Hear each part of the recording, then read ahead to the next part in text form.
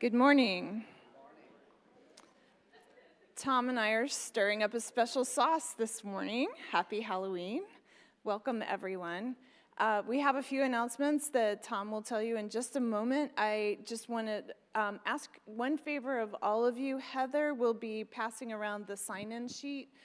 It really helps us if you sign that and help us justify the donuts and the coffee and just record how many wonderful people are here.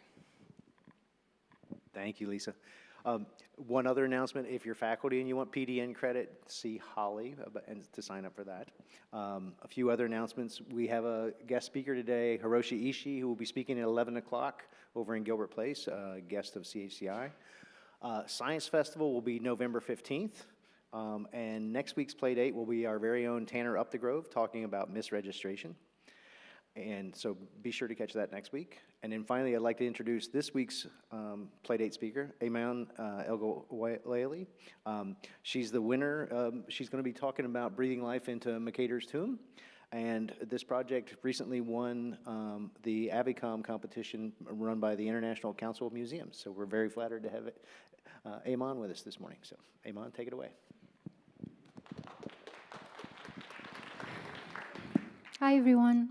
Good morning, and my name is Ayman El-Ghalayli. I'm Assistant Professor of Interior Design, and I'm the Director of the Visualization and Virtual Reality Lab at the School of Design.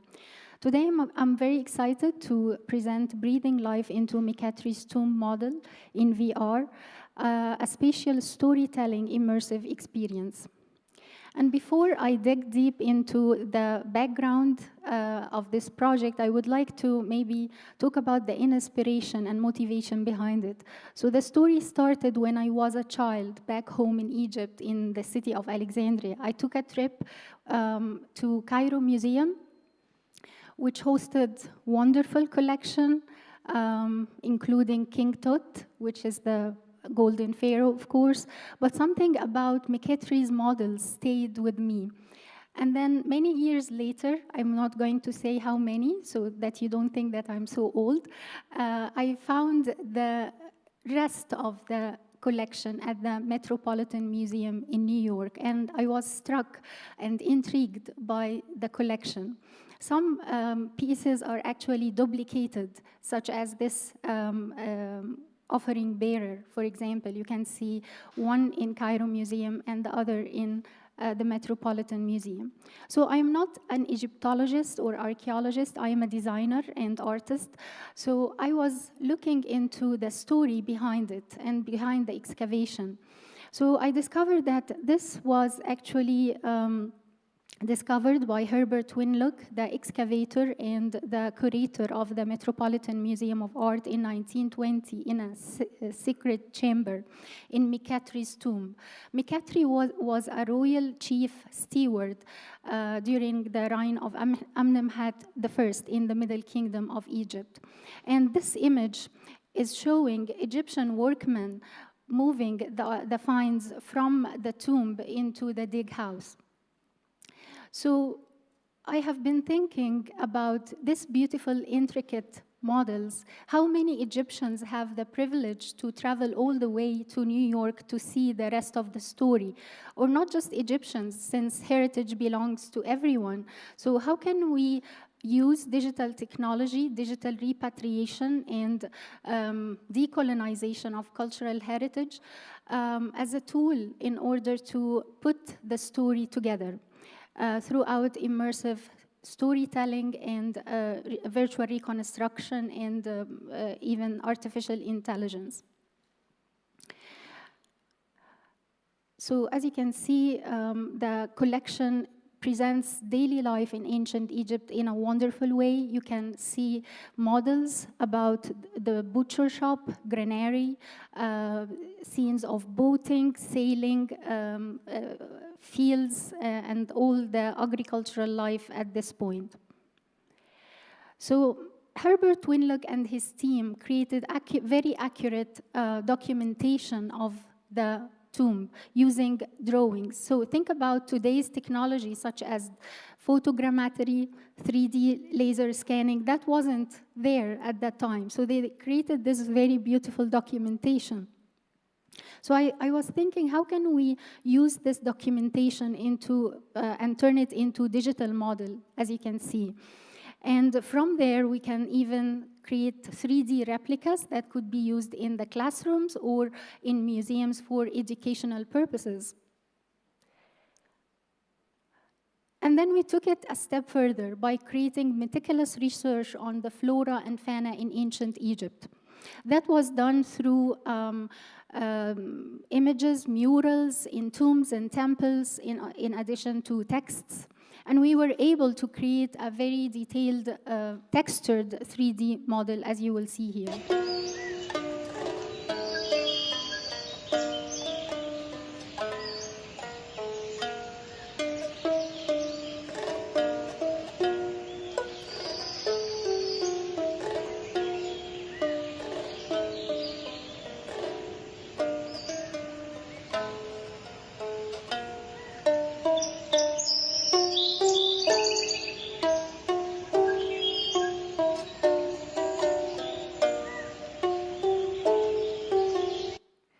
So this model is now available as a VR application. We worked actually on developing the application even after the conclusion of the project.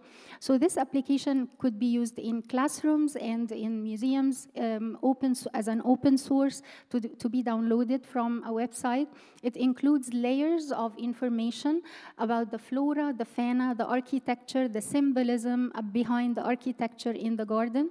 It also includes layers of multimedia content. So for example, you can see here some video in order to have an understanding of the sounds of the birds and the specific types of birds and native environmental conditions inside of the garden.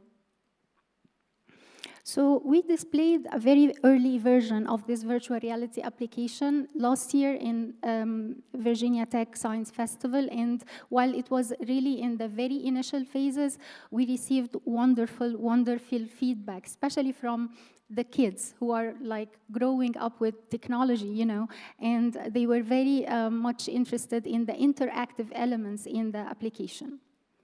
The next step was moving the project into the cube, and that was a challenge, but at the same time it was the main intention of the project from the very first part, which is how can we turn this into an immersive, a fully scaled immersive experience. And here Roots of Eternity, the multisensory exhibition, was born. That includes different types of technologies and at the same time aims to present a solid digital storytelling scenario that can tell the story of agricultural heritage in Egypt and connects between the past and the present. So let's have a look at behind the scene, and I would like to thank all ICAT team for their efforts with us during the preparation of this project.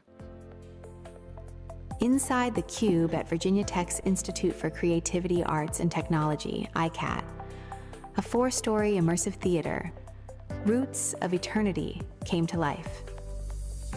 The installation unfolded within a 17 by 17 foot environment, framed by 3 projection walls and a fully mapped floor. Spatial sound, virtual environments, and generative visuals were carefully synchronized through iterative testing to ensure a cohesive and immersive experience. Structured in 3 acts, the exhibition reimagines ancient Egypt's agricultural rhythms through immersive AI-driven storytelling. At its core is the 4,000-year-old model of Meketre's garden, part of a larger collection now split between the Metropolitan Museum of Art and the Egyptian Museum in Cairo.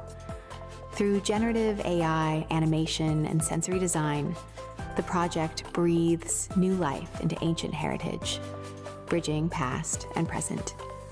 Our team was composed of faculty and students from interior design, architecture, sound design, computer science, and creative technologies, all contributing to the development of the project.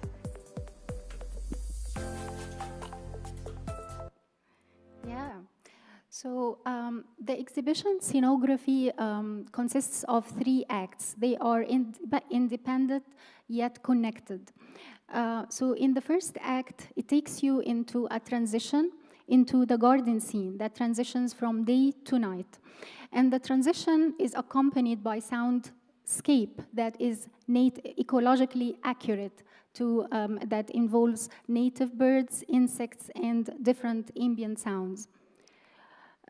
Another important aspect was the sense of smell. So we also introduced smell of jasmine and the blue lotus, which what you expect to smell in in ancient Egyptian garden.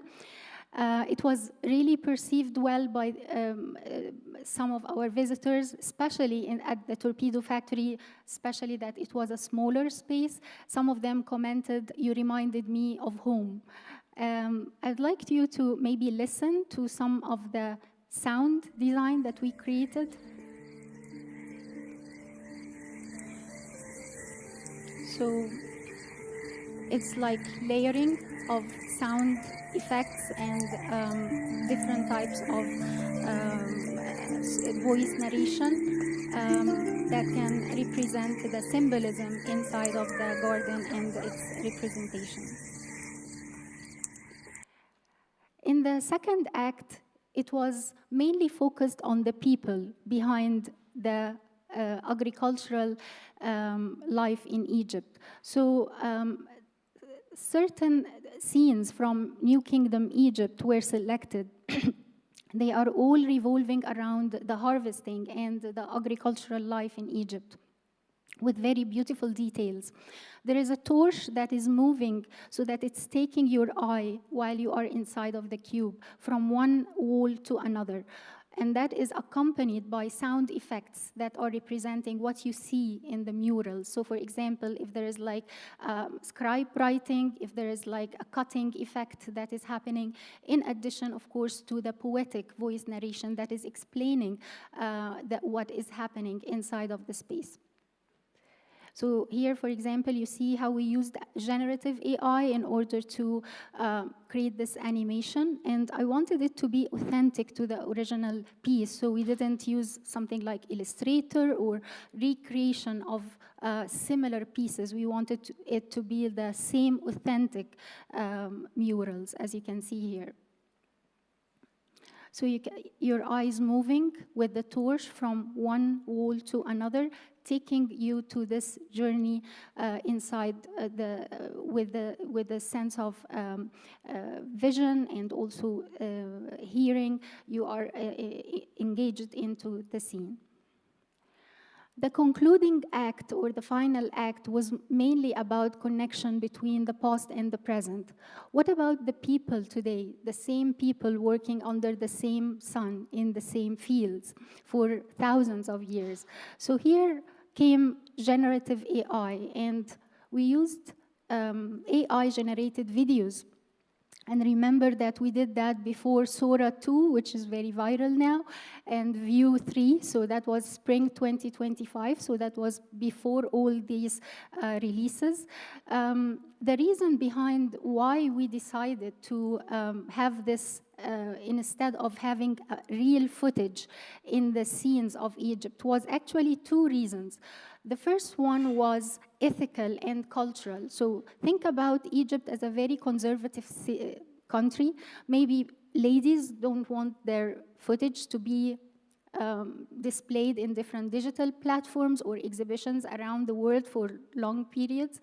Another thing is about actually the accuracy of AI and the AI bias. So it's mainly Eurocentric and or Western-centric in general. And the idea of how can you challenge this bias? How can you really change this and make it accurate to the geographic and the cultural environment and the ethnicity of the people at the same time? So that was done using many inspiration images, lots of prompting in order to reach this kind of result. This is an example of what I'm talking about in terms of architecture, for example. So as you can see here, we're trying to create like an AI-generated video of a dove coat in Egypt. So the reference is on top. You can see it highlighted in orange. And in the bottom, you can see how it was really challenging to get the accuracy of the architectural structure. Not just that, but if you look at the doves animation, for example, you feel like they are defying gravity, they are not working right. So how can you really make things working right with AI? At that time, things are much better now, of course, but that was part of the challenge that we were facing at that time. So, away from the digital content and the visuals, it was very important to blend the physical with the virtual. So that was achieved by adding to the display some of the real objects, including agricultural samples from Egypt, very similar to what you can see today in the Agricultural Museum of Cairo, while of course it belongs to thousands of years ago. So samples of dates, figs, carob, and blue lotus and jasmine were displayed, and that really drew the attention of visitors, and they commented really nicely in the visitors' feedback. Another thing is the sense of touch. Something that I wanted to defy or challenge is the idea of like looking behind the glass boxes in museums. And how can you get closer to an artifact? How can you maybe touch it and fall in love with it as I fell in love with it? See all the details, the architectural details inside those small models. So that's why we incorporated the 3D printed replicas as part of our exhibition in order to create this kind of connection and encourage the sense of touch as well and engage this kind of sense. Information panels were very important. So think about this experience away from providing information and contextual information. So all the physical elements were accompanied by instructions and information panels talking about the history of the excavation. These images that you see here belong to more than 100 years ago. So imagine that we used also AI upscaling tools in order to improve them and make them better previewed for our audience inside of the exhibition. So we had the exhibition for several days in the Cube, and then we moved it into Torpedo Factory. We collected a lot of feedback, and among the feedback that we received, some who mentioned that I am really wanting to go to Egypt. Some of them mentioned that I want to go now and see the collection in New York and in the Metropolitan Museum. Some mentioned that this is a very interesting way to tell a story. And some of them mentioned that, and actually many of them mentioned that we wish to see more about other civilizations, such as Mesopotamia or others, displayed in similar way. So here in this exhibition, I imagine that we did an experiment that tried to involve the senses, tried to look into museum collections and presented in a different interpretation using digital technology in an immersive storytelling scenario. Our project was displayed at Torpedo Factory for 3 months in the city of Alexandria, but this time in Virginia, not in Egypt. So I was really, really surprised by the number of visitors. Like 18,700 visitors visited our exhibition, and that was amazing. I never expected that number. Some of them mentioned more spaces like this in Alexandria. Please, imagine this kind of cultural exposure for providing that in Virginia. I think that was really a very interesting thing. And now if you ask me what would be our next step, I can say that I did a very small portion of what I want to do in this project, thanks to the ICAT seed grant, of course. Now we are trying to apply for bigger grants so that we can expand this project to involve more advanced technologies and make it even more sophisticated for longer scenarios and longer periods, and even more flexible type of display that could be adapted to other exhibition spaces. And the final thing is what the introduction was talking about, which is we recently knew that our project was selected as one of the winners of the AVCOM, which is the Audiovisual Committee as part of the International Council of Museums, and that is really an honor.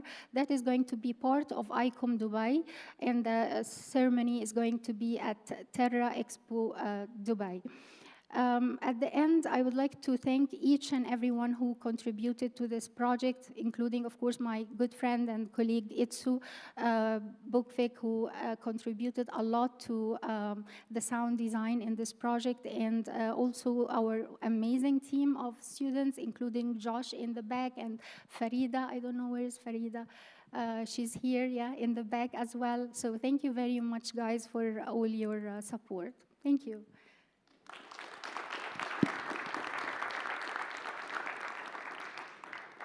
Thank you, Riman. We have plenty of time for questions, and I also want to mention that we are live streaming, and we have viewers who are streaming in. And Heather, if you just raise my hand if you see a question online, and I'll bring the microphone back to you. So thank you very much. Anyone have any questions to start with? I'll come around to you so that the people online and everyone here can hear. Thank you. Oh, thank you. I absolutely loved the project when it was here in the Cube. I loved experiencing it. And I'm curious about what you said in the presentation, that using AI for the animation made it more authentic than using Illustrator or some other image manipulation software. Could you please explain how? Yeah. Yeah, sure. I love your outfit, by the way, and happy Halloween, everyone. Yeah. So, so what I meant is that in some approaches, like when we are making research about other approaches, there were like some. Let me go to the specific slide that I was talking about, just to make things easier. Yeah. Do you see the one in the left on the bottom? So the one in the left in the bottom is AI generated. This is not an authentic mural. So this is like a recreation of some murals. You can do something like that by maybe tracing a mural, creating something like that in Photoshop, Illustrator, or other photo editing tools. But what we did is that we used the same mural itself and started animating it using generative AI. So we didn't go through an intermediate process in order to trace or create like a replica or anything like that. So that's what I meant by this part. Yeah.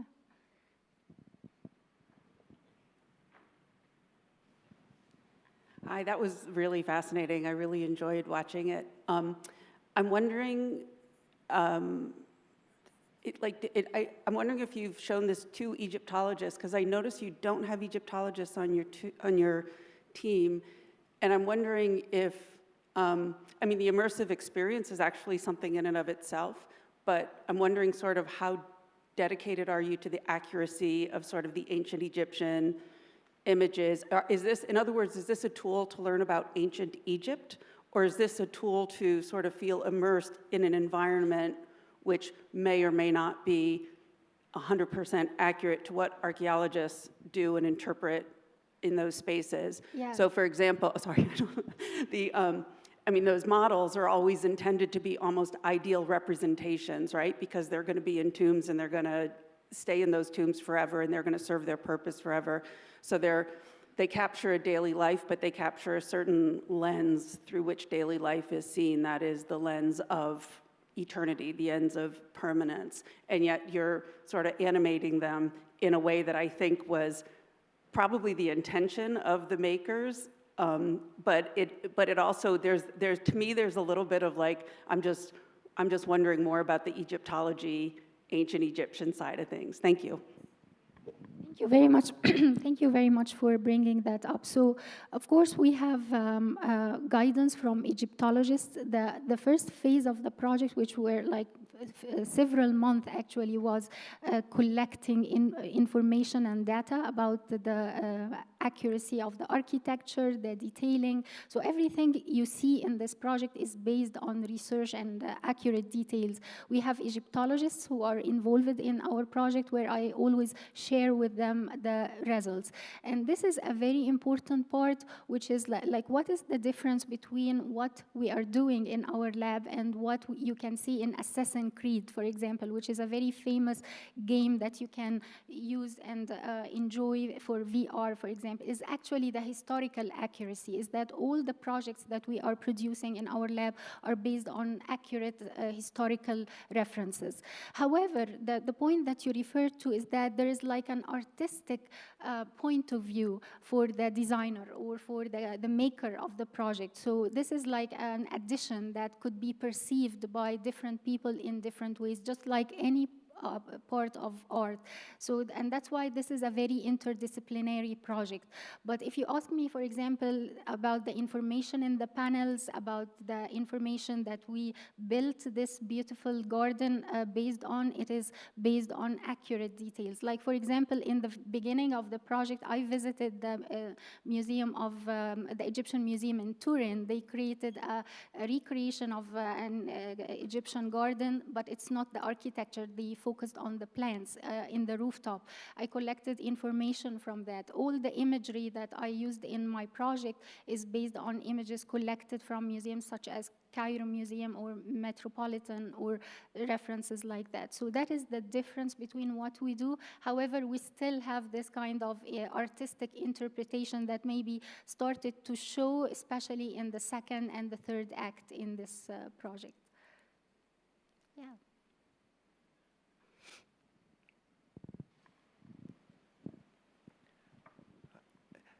Thanks for this wonderful talk. I have a process question. You know, with so many different perspectives and expertise available in your team, could you talk about one thing that came out, you know, better than you expected, and one thing that you wish, you know, that was a challenge? I hate to ask just the challenge question. So one thing that worked out really well and better than you'd hoped, and then one thing that if you had to do it over again, you would do it over again. Yeah. So I can start by the hard thing or the difficult thing. We had some difficulty moving from the VR environment to the cube environment. That was the main challenge, to be honest. I think if Gustavo's here and Josh and everyone, we really had a really tough time moving our model like from the beautiful screen to the cube environment. Like we had like days, things are not working, the technique, the rendering, how to experiment with different approaches and stuff like that. This is one thing. The second thing is, I think that we learned from the process, and maybe we are now better ready for our next experience. The second thing is that we wanted to add more interaction, so that using your body gestures, you are more interacting with the environment. That was a little bit challenging at that time. So I think in our second phase, that is going to be more the highlight of what we're doing. I think the best thing that happened in this project is that I decided to get those surveys from people, and I think that the feedback was really amazing, like from different backgrounds. I think that is the point that you really enjoy the entire project as a creator. Yeah. Okay, we have a minute or two for one more question. I think there is one here. Okay. Yeah.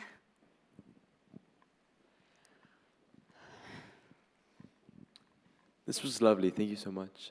I was wondering for how you're using the generative AI, how many attempts kind of did it take per video, and did you learn anything from that of like how you would go about prompting, and if you could talk about the model you used back then too? Yeah, that is really very important, and thank you very much for bringing that up. So if we look at some of these, actually, I can't imagine like how many attempts, like hundreds maybe, but things are getting so advanced so fast. Like, for example, if I'm doing the same exact project right now, today, it's very different from when I did it in March, for example. For the tools are advancing in very rapidly. So what I would like to say is that even prompting, like maybe you used to write longer prompts, now it's not like that. You can get very accurate results to what you have in mind. And by the way, we have a very interesting other project funded by ICAT and Sanjani Center for Artificial Intelligence ongoing, which is the 1001 Arabian Nights. Are you guys familiar with Aladdin and all these beautiful worlds? So we are looking into the original, authentic stories and recreating that using artificial intelligence. So I think we are luckier this time using AI because things are more advanced. Yeah. Thank you again, Iman. Thank you very much. And thank you, everyone. Just a couple of things. Please make sure that you've signed in on the sheet. And also remember at 11 o'clock in Gilbert Hall, Center for Human-Computer Interaction is hosting